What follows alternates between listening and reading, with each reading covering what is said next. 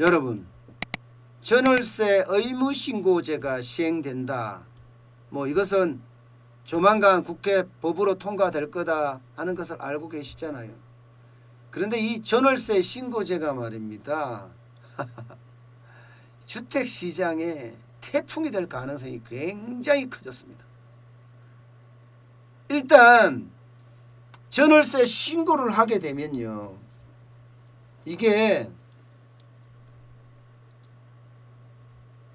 주택 상한 전월세가 상한제 여기에 영향을 미치고요, 또 계약갱신 요구권에도 영향을 미칩니다. 신고가 되면 그 3법을 하려고 하니까 지금 현재 정부는요, 주택임대차 3법이라고 해서 무조건 전월세 신고제, 상한제, 전월세 상한제, 계약갱신 청구권 이 세 가지를 무조건 하겠다는 거거든요. 그런데 이게 계약갱신 청구권이 2+2 혹은 무한연장갱신법, 무한연장갱신도 안 돼. 한번 들어가면 그냥 집주인이 살고 싶으면 산다는 거예요. 계속해서. 이렇게 되면 시장에 엄청 영향을 많이 미친다고 말씀을 드렸습니다. 옛날에 1990년대에 주택임대차 보호법을 1년에서 2년으로 바꿀 때 89년에 이미 26% 이상 오르고요. 그리고 90년 올렸을 당시에도 한 16% 가까이 올랐다고 그래요. 엄청나게 오른 거예요. 그죠? 엄청나게. 그렇게 폭등을 할 가능성이, 전세가 폭등이 할 가능성이 있는 것, 이게 첫 번째 태풍입니다. 근데 두 번째 태풍은 또 이런 게 있어요. 이게 자금조달 계획서입니다. 자금조달 계획서. 이 자금조달 계획서는요, 집을 거래할 때, 지금은 매매예요. 매매 거래할 때 자금조달 계획서가 의무화로 되어 있습니다. 의무화로. 이 자금조달 계획서를 내지 않으면 집을 살 수가 없어요.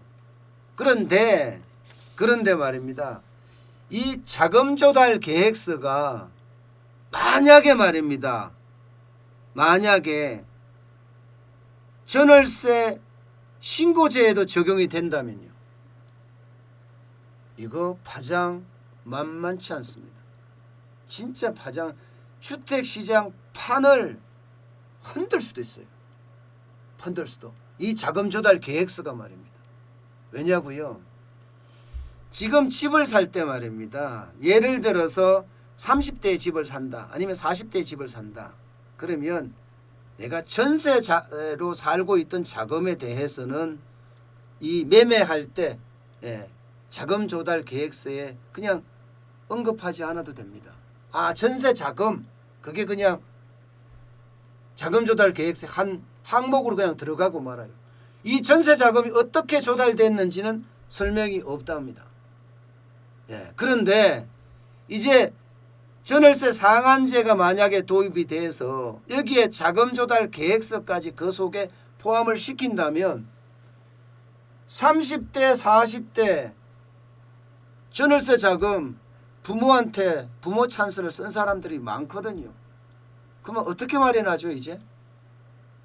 자녀할 때 정의할 수 있는 금액은요, 5천만 원밖에 안 됩니다. 5천만 원밖에.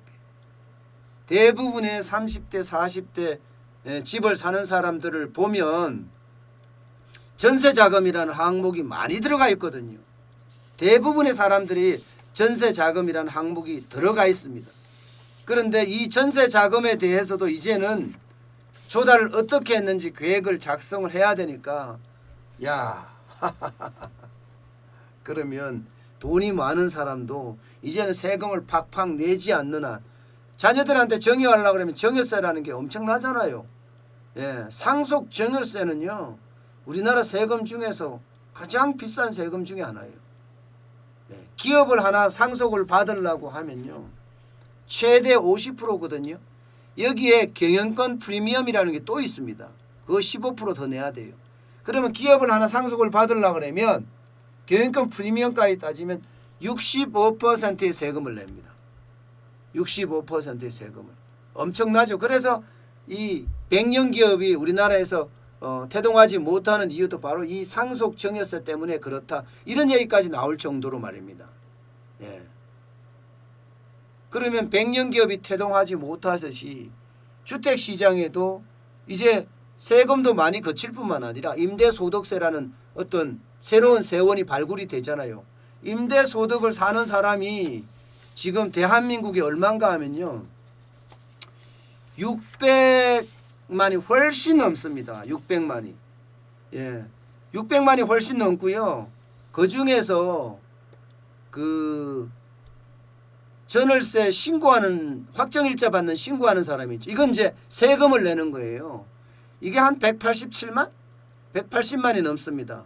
그러면 신고 안 하고 사는 사람이 505만 가량 됩니다. 505만 명. 5만 가구. 그러면 앞으로 전월세 신고 의무제가 되면 이거 505만 가구에 대한 그죠? 505만 가구에 대한 어떤 뭐라고 해야 되나 세금이 엄청나게 들어올 수 있다는 거. 예, 이게 이미 판을 하나 흔드는 것 중에 하나고요. 또 하나는 이제 임대사업자가 임대를 쉽게 할 수 있을까 여기에도 이제 고민이 따라요. 왜냐하면 전월세 자금 조달 계획서를 내야 되니까 이게 자금 조달 계획서까지 내면서까지 임대사업을 한다? 예, 시장 자체가 임대 물량이 많이 줄어들 거라는 이야기가 많이 나오고 있는 것도 그 이야기예요. 예. 이게 아파트는 그렇다고 하더라도 주택시장에도 영향을 굉장히 단독주택시장에도 영향을 많이 미칠 수 있다. 그리고 갭 투자 자체가 사실상 어려워지는 것 아니냐. 갭 투자 자체가 사실상. 그러면 전월세 신고제 자체가 사실 이 자금 조달 계획서를 만약에 그 전월세 신고제 자체만으로라도 시장에 태풍이 될 수 있는데 여기에 자금 조달 계획서까지 이제 내게 한다면 아마 시장은 엄청나게 다른 그런 모양새를 갖추게 될 겁니다. 지금까지 우리가 상상하지도 못한 그런 주택시장의 어떤 변화가 있지 않을까 그렇게 예상이 됩니다. 전월세 상한제라는 게 생각했던 것보다가 더 많은 충격을 줄 수도 있다는 사실을 조금 알아야 되는데 그죠? 이런 거에 대해서 그냥 단순하게 생각할 것이 아니라 시장을 전체를 보면서 이게 좋은 나무도 심고 그래야 되는데 시장을 전체를 보지 않고 이거 좋은 나무니까 키워야 돼 이러면서 숲에서 나무를 막 가지치기를 해서 그 나무 보호하기 위해서 살려놓으면 숲 전체가 망가지는 그런 결과를 가져올 수도 있거든요. 옛날부터 이게 주택 임대차 3법이라는 게 오래됐잖아요. 오래됐어요. 이게 2015년, 2016년, 2017년 이때부터 계속 추진해 오다가 제대로 안 된 법안들인데 모르겠어요. 가장 중요한 거는요. 나무만 봐서는 절대 안 된다. 숲을 전체를 보고 결정을 해야 된다. 그렇게 말씀드릴 수가 있을 것 같습니다.